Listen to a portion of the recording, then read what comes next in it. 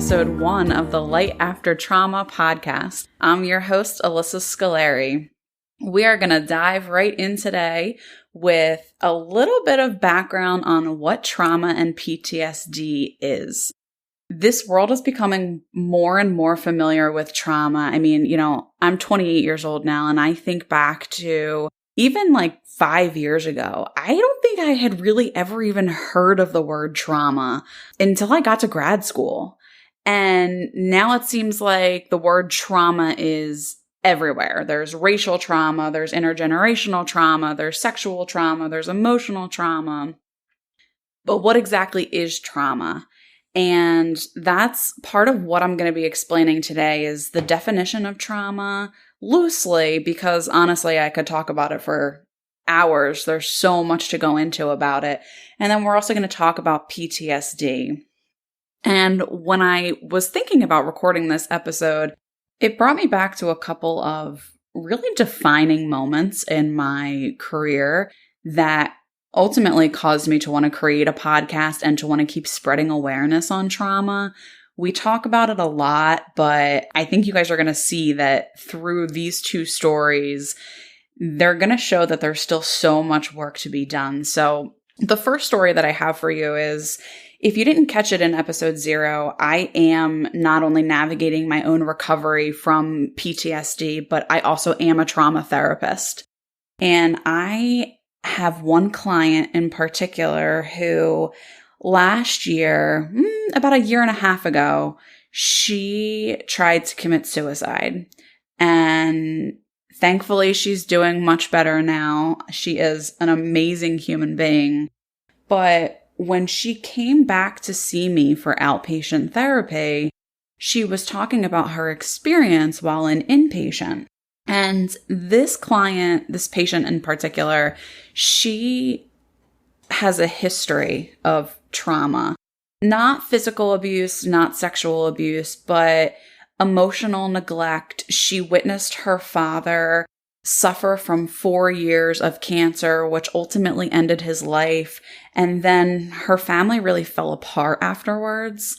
And she definitely has shown signs of post-traumatic stress disorder, and she witnessed trauma while watching her father rapidly decline and watching what cancer did to her father and then having to bury him. She absolutely met the criteria for PTSD, and that's absolutely a traumatic experience. But she was telling me that while she was in the hospital, the doctor who was assessing her asked her if she had any sort of history of diagnoses, and she had said that she was diagnosed with post-traumatic stress disorder. And his response to her was, no, that can't be right. PTSD is only diagnosed to those who fight in the war. And this was 2019, guys. It wasn't 1980. This was like a year and a half ago. And just listening to her talk about this was a really defining moment for me, in that I knew I needed to hone in on becoming a trauma therapist. I knew that this was the field that I was meant to be in. And then not shortly after that, I had gone to a conference for mental health professionals. And I was listening to somebody speak, somebody who's in the mental health field, and she was talking about the recent increase of talk around PTSD and trauma awareness. And as she was talking, she referred to it as trauma drama in a very derogatory way. Basically saying that we're making sort of much ado about nothing. It's all just trauma drama. Everybody wants to talk about trauma. I remember that as she said that, I looked around the room and I had seen a couple of different people just putting their head in their hands because they couldn't believe she was saying this. I mean, according to the American Psychiatric Association, 1 in every 11 people in the United States experience PTSD. So for her to refer to it as trauma drama was very upsetting, to say the least. And I had a couple different thoughts, and, my first thought was, well, I could honestly chuck something at this lady. Or I could use all the anger that I feel and I could make sure that no one ever utters the words trauma drama again. This was another really defining moment for me. It set me on fire in the sense that it made me realize it's not going to be enough for me to just sit in my office and do trauma work. I need to continue with spreading awareness and I need to get the word out there because this isn't trauma drama. People lose their lives over PTSD every single day. And that is what ultimately brings me to this episode, where, as I mentioned earlier, we're looking at what trauma is, what PTSD is, and how it affects us physically and emotionally. So we're going to start with post-traumatic stress disorder, or PTSD, which is a disorder that is a result of exposure to trauma of some sort. The specific symptoms of PTSD are broken down for therapists in what's basically known as the Bible for the mental health field, called the Diagnostic and Statistical Manual of Mental Disorders, otherwise known as the DSM. What this book does is it breaks down all the different mental disorders into neat little packages to make it easier to diagnose someone. The DSM is a great guide, but it's definitely not the be-all, end-all. Human beings are honestly way too complex to have their emotions broken down into checklists and neat little packages. And honestly, I've never seen two people whose symptoms of PTSD are exactly alike. But as a general guide to be diagnosed with PTSD, there has to be exposure to a traumatic event followed by symptoms such as nightmares of the event, intrusive thoughts or flashbacks and feelings as though you're reliving the event, the experience of dissociation, which is something that we are going to be talking a lot about over the course of this podcast. Dissociation is basically a way to disconnect so that you don't have to deal with the feelings that go along with experiencing the trauma. Other symptoms include strong bodily reactions like increased heart rate or sweating or shaking upon exposure to a reminder of the traumatic event. Sometimes people will avoid thoughts and feelings or any kind of physical sensations that will bring up memories of the event. Or people avoid places, conversations, activities, or objects that might remind them. People choose to try to numb out instead with maybe substances or sex or porn or self-harm. A lot of people also fall into some symptoms that are similar to depression, such as a lot of negative self-talk, feelings of worthlessness, thoughts that I'm unlovable or this entire world is an evil, horrible place. They feel detached from others, and they ultimately just feel like they're walking around as if they're some sort of shell of a human being.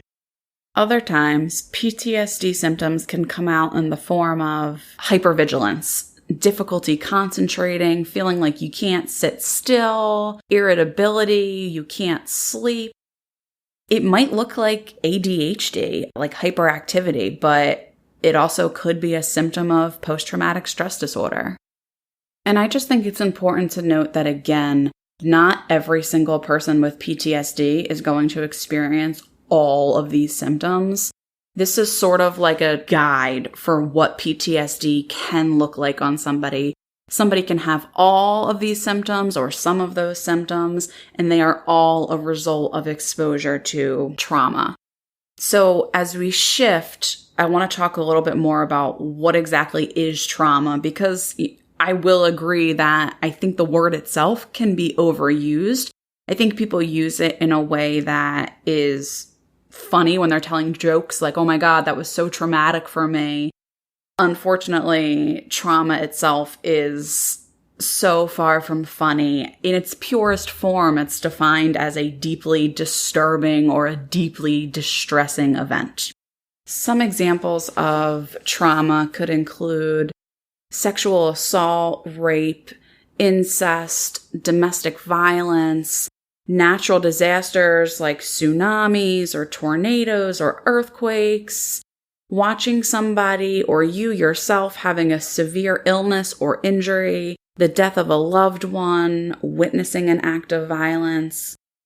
You don't necessarily have to have the traumatic event happen to you in order to develop PTSD. You also can have PTSD even if you're just exposed on some level to the trauma. So for example, first responders, they are often the first ones out in a car accident, at any sort of disaster. And while they aren't necessarily victims of the disaster itself, they can develop PTSD because they were exposed to the traumatic event. Also, which I think a lot of people don't realize, is that therapists can develop PTSD because we are exposed to listening to people talk about their experiences with trauma and what happened to them and their stories. And sometimes therapists can take that on and develop PTSD as a result. It's not common, but hey, therapists are human too, and it does happen sometimes. I honestly could go through the list of about 1 million different circumstances in which something could be perceived as traumatic. But basically at its core is that somebody can be traumatized when there is a perceived threat or perceived danger. One of the questions that I've gotten a lot throughout my career is, okay, Alyssa, but there are two people who have been through the same exact traumatic experience and one develops PTSD and the other does not. So what gives? And I think that that's a really important question. It's so important to note that just because somebody experiences a traumatic event doesn't necessarily mean that they're going to develop PTSD.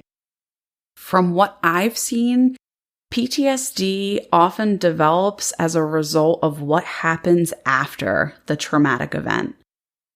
If the person doesn't seek the help and support that they need, if they don't process what happened, if they don't go to therapy or find help for what they went through in some way, even if it's not therapy, then PTSD symptoms tend to develop.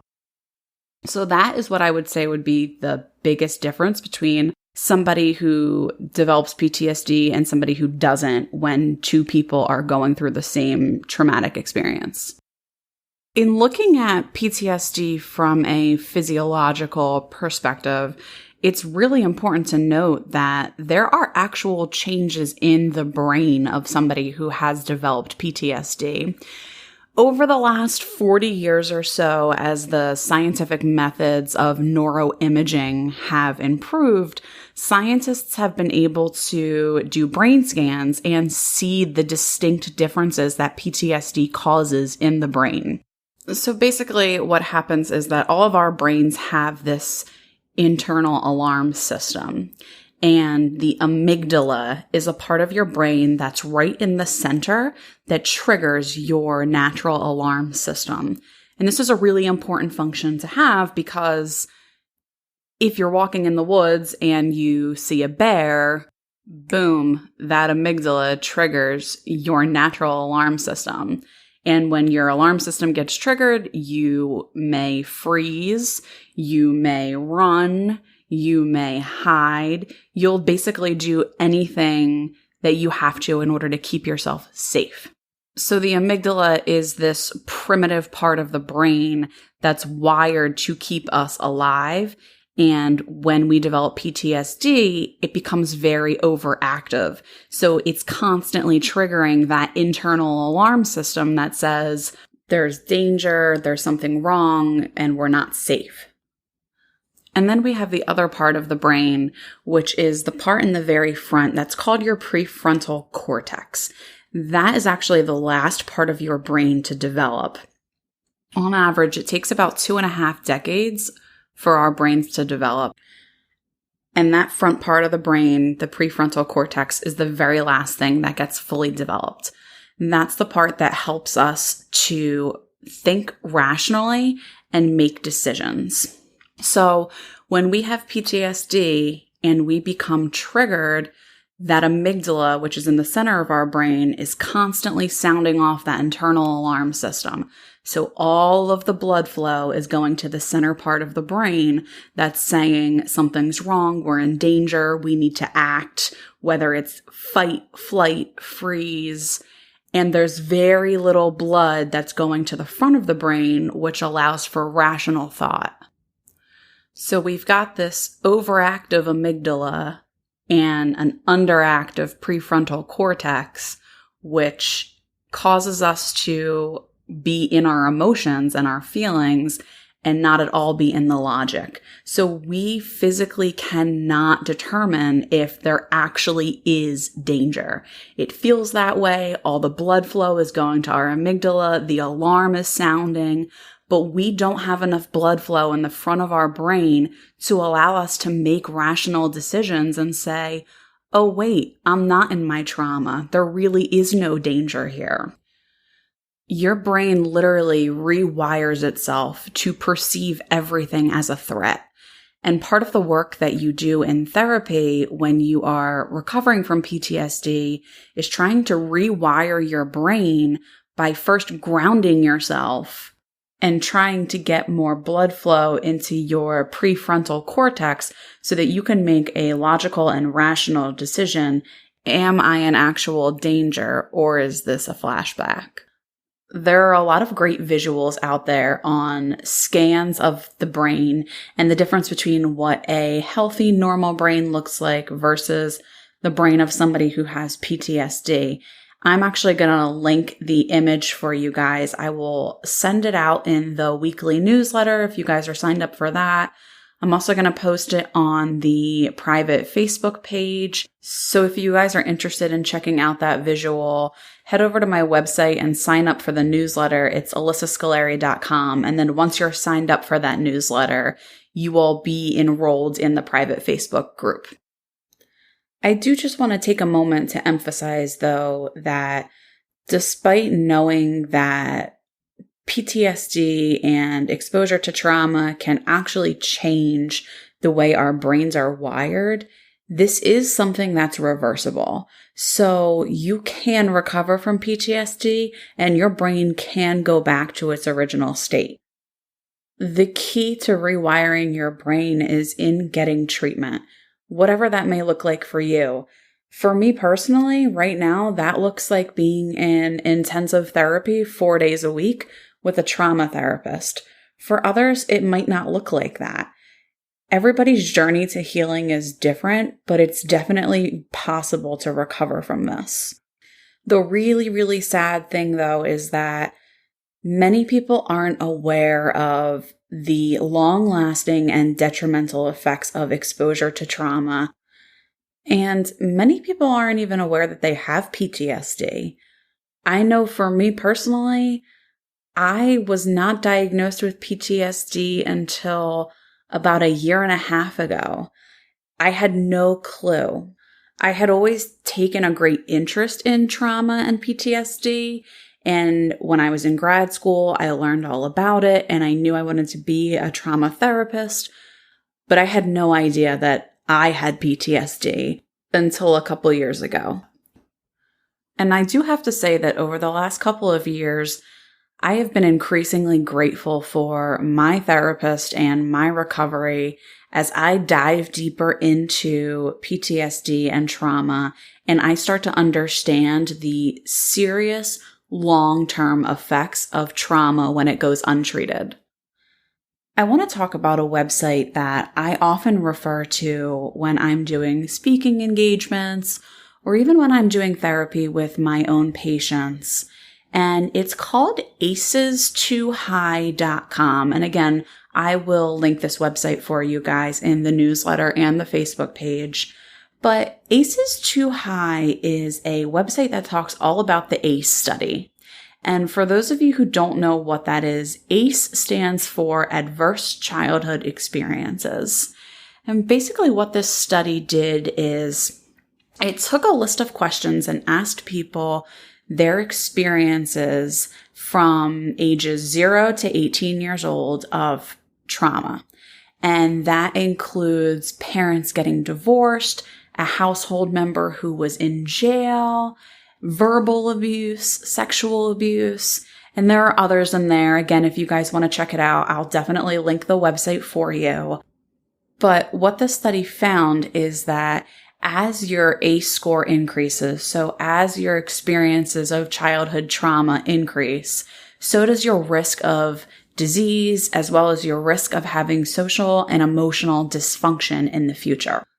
So, for example, it puts you at greater risk of being a perpetrator for domestic violence. It puts you at greater risk for developing underlying chronic depression, for developing alcoholism. It puts you at a greater risk for suicide attempts, a greater risk for impaired work performance, and it also can put you at a greater risk for having more physical ailments like liver failure or COPD. And to get even more specific, according to the ACE study, as the number of childhood traumatic experiences increases, so does your likelihood of chronic pulmonary lung disease by 390%. So as you can see, this study was really groundbreaking. And the really interesting thing about this study is that it all came out of a doctor who was just trying to run an obesity clinic. This clinic had thousands of people signed up, and for the most part, everybody was successful in losing weight. However, what the doctor noticed is that more than half of the people ended up dropping out, and he couldn't understand why. People were losing all this weight and being very successful, but they were still dropping out of this clinic. So what he did is he started to go around to all of the people individually who had dropped out and started interviewing them as a way to find out what ultimately caused them to leave. And when he was interviewing one woman in particular, one of the questions that he meant to ask her was, how old were you when you first became sexually active? However, he misspoke, and instead of asking that, he said, how much did you weigh when you were first sexually active? And the woman responded with 40 pounds. And at first he didn't understand what he was hearing, but then the woman broke down and started talking about how she had been sexually abused by her father from a very young age, and she couldn't have been more than 40 pounds when she first started becoming sexually active. One of the things that the woman had said that really struck the doctor is that she had dropped out of the clinic because she was losing weight and she became terrified. Her response was, overweight is overlooked, and that's the way I need to be. And this right here was a really enlightening moment for the doctor as he realized how much instances, not just of sexual abuse, but of any traumatic event can affect people in the long run, including when it comes to their outward appearance. The doctor went on to interview more people, and he started to change the questions that he asked. And the questions that he asked were more geared towards their experiences with trauma. And it turned out that the majority of these people did have experiences of childhood abuse. So this ultimately is where the inspiration for the ACE study came from. While the obesity clinic was being run in the late 80s, the ACE study that came as a result of it didn't really make headlines until about 2011 and 2012. So a lot of this research is fairly new within the last decade to 2 decades.